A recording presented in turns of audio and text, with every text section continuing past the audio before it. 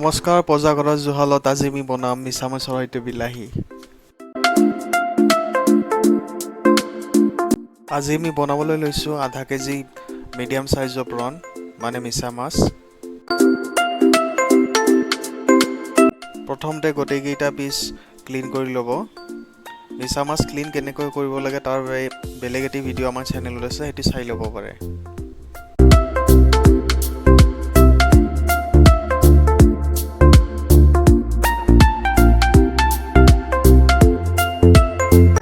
মিছা মাছ ক্লিন কৰাৰ সময়ত অকল বাকলিখিনি গুচোৱাই নহয়, পিছফালে এডাল ভেইন মানে শিৰা থাকে, সেই শিৰাডাল গুচাই লোৱা উচিত।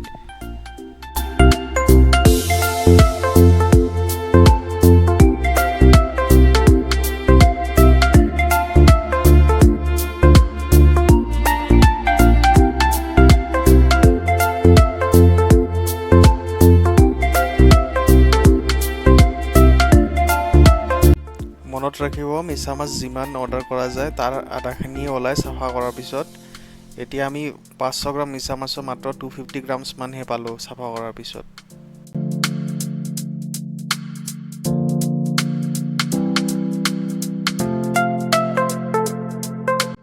এতিয়া গোটেইখিনি ভালদৰে ধুই ল'ব।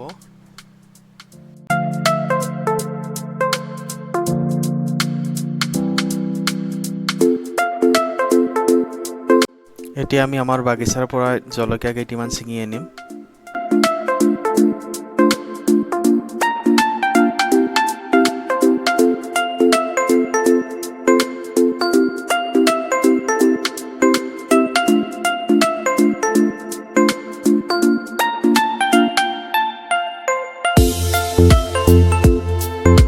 এয়া আমাৰ পজাঘৰৰ ফ্ৰেছ জলকীয়া।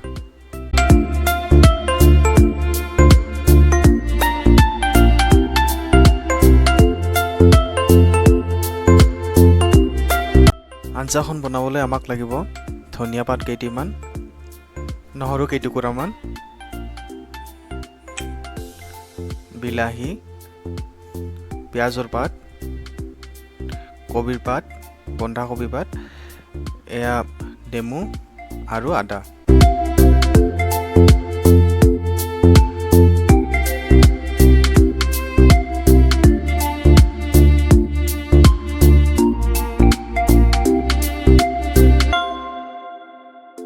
এতিয়া গোটেইখিনি মছলা আমি মিহি কৰি ল'ম।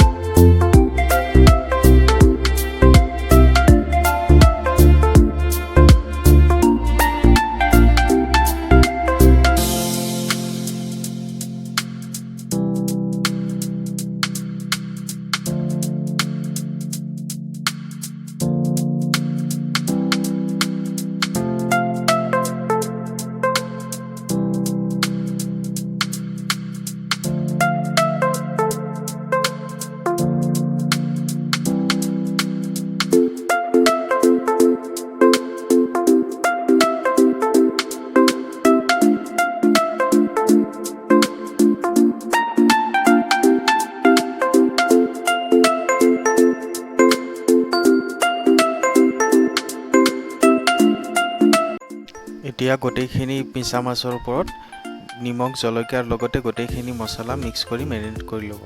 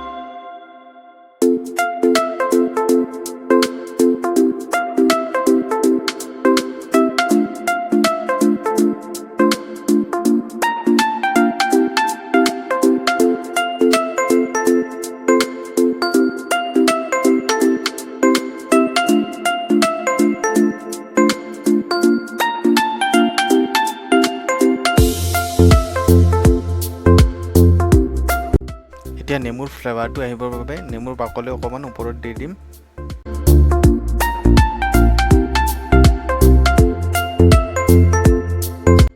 এতিয়া মিছা মাছখিনিৰ ওপৰত নেমুৰ ৰস অকমান চেপি দিব যাতে মিছা মাছখিনি বেছি ঢিলা হৈ নাথাকে।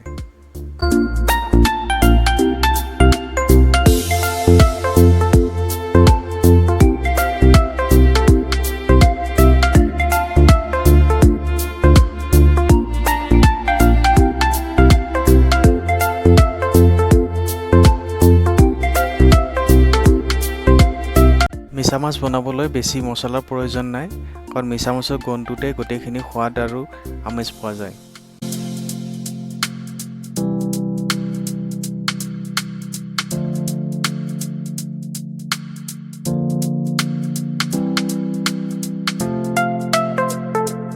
কড়াইত অকণমান তেল দি লৈছোঁ।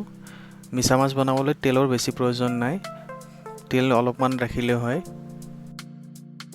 এতিয়া গোটেইখিনি মছলা তেলত ভাজি ল'ব।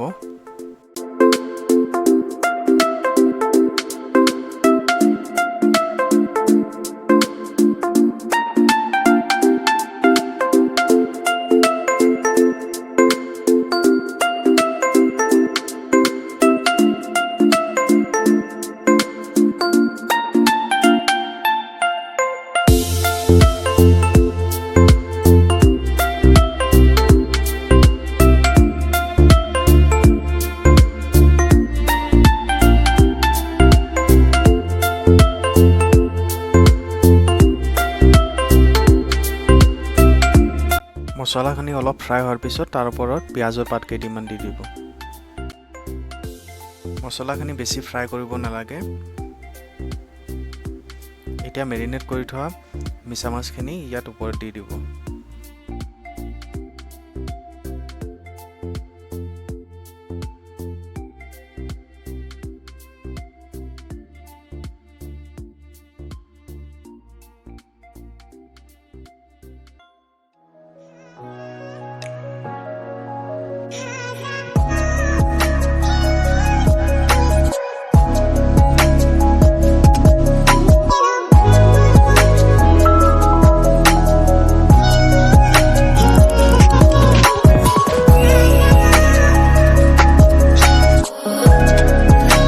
গেছৰ জুইখিনি মিডিয়ামত ৰাখি দিব, বেছি জুই দিলে মিছা মাছৰ গোন্ধটো নাথাকে।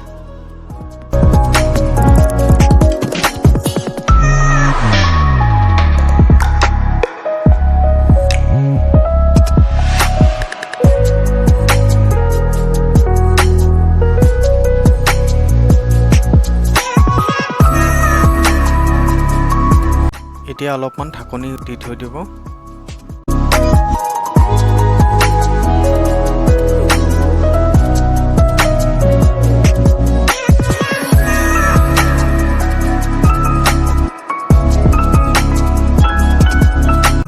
এতিয়া ফ্ৰাই হোৱা মিছা মাছখিনিৰ ওপৰত কুটি থোৱা বিলাহীখিনি দি দিব।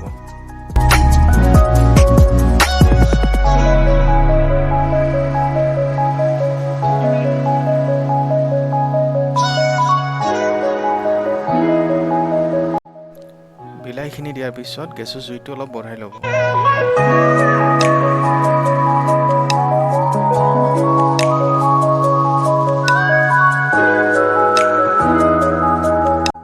এতিয়া ঢাকনিখিনি গুচাই আমাৰ কুটি থোৱা ধনিয়া পাতখিনিৰ ওপৰত ছটিয়াই দিব।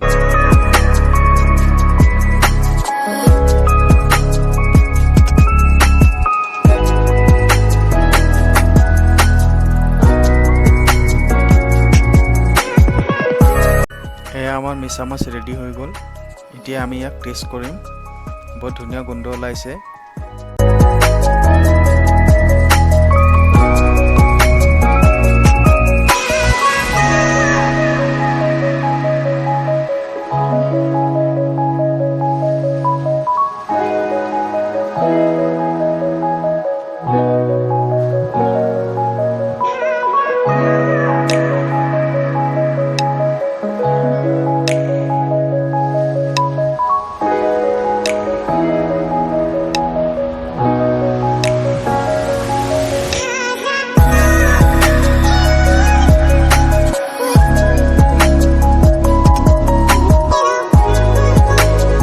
এতিয়া আমি গৰম গৰম মিছা মাছখিনি বন্ধাকবি পাতৰ ওপৰত দি ল'ম আৰু গৰমে গৰমে ইয়াত জুতি ল'ম।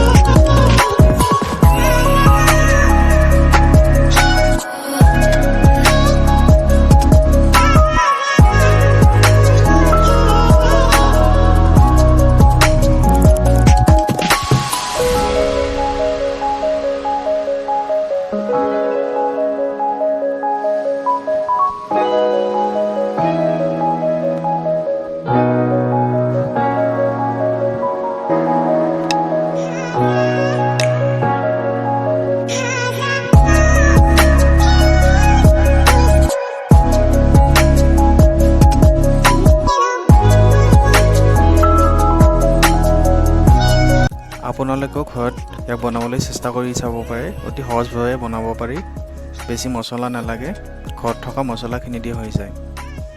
আজিলৈ ধন্যবাদ।